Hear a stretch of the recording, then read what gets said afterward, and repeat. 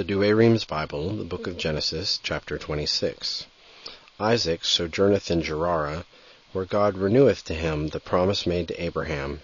King Abimelech maketh league with him.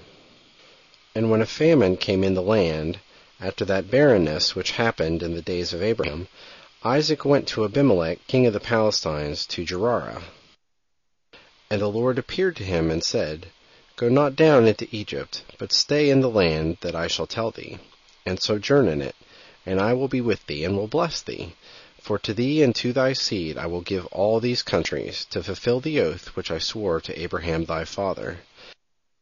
And I will multiply thy seed like the stars of heaven, and I will give to thy posterity all these countries, and in thy seed shall all the nations of the earth be blessed. Because Abraham obeyed my voice, and kept my precepts and commandments, and observed my ceremonies and laws. So Isaac abode in Gerar. And when he was asked by the men of that place concerning his wife, he answered, She is my sister. For he was afraid to confess that she was his wife, thinking lest perhaps they would kill him because of her beauty.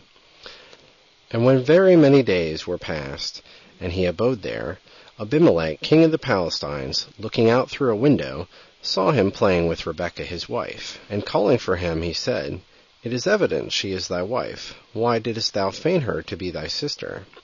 He answered, I feared lest I should die for her sake.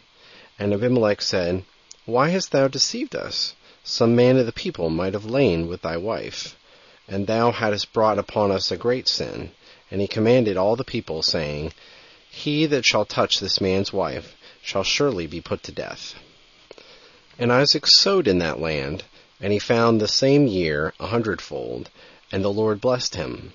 And the man was enriched, and he went on prospering and increasing, till he became exceedingly great. And he had possessions of sheep and of herds, and a very great family. Wherefore the Palestines, envying him, stopped up at that time all the wells, that the servants of his father Abraham had digged, filling them up with earth. Insomuch that Abimelech himself said to Isaac, Depart from us, for thou art become much mightier than we. So he departed and came to the torrent of Gerar to dwell there. And he digged again other wells, which the servants of his father Abraham had digged, and which, after his death, the Palestines had of old stopped up, and he called them by the same names by which his father before had called them. And they digged in the torrent, and found living water. But there also the herdsmen of Gerar strove against the herdsmen of Isaac, saying, It is our water. Wherefore he called the name of the well, on occasion of that which happened, Calumny. And they digged also another, and for that they quarrelled likewise.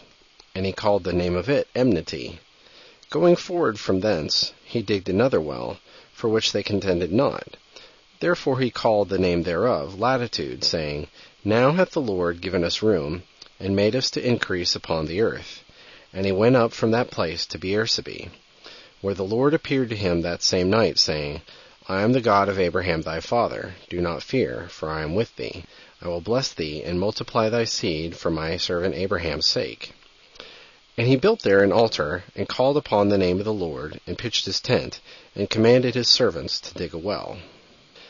To which place, when Abimelech and Ochzath his friend, and Pichol chief captain of his soldiers, came from Gerar, Isaac said to them, Why are ye come to me, a man whom you hate and have thrust out from you? And they answered, We saw that the Lord is with thee, and therefore we said, Let there be an oath between us, and let us make a covenant, that thou do us no harm, as we on our part have touched nothing of thine, nor have done anything to hurt thee, but with peace have sent thee away increased with the blessing of the Lord. And he made them a feast, and after they had eaten and drunk, arising in the morning, they swore one to another, and Isaac sent them away peaceably to their own home. And behold, the same day the servants of Isaac came, telling him of a well which they had digged, and saying, We have found water. Whereupon he called it Abundance, and the name of the city was called Beersheba even to this day. And Esau, being 40 years old, married wives, Judith, the daughter of Beri the Hittite, and Basemath, the daughter of Elon of the same place. And they both offended the mind of Isaac and Rebekah.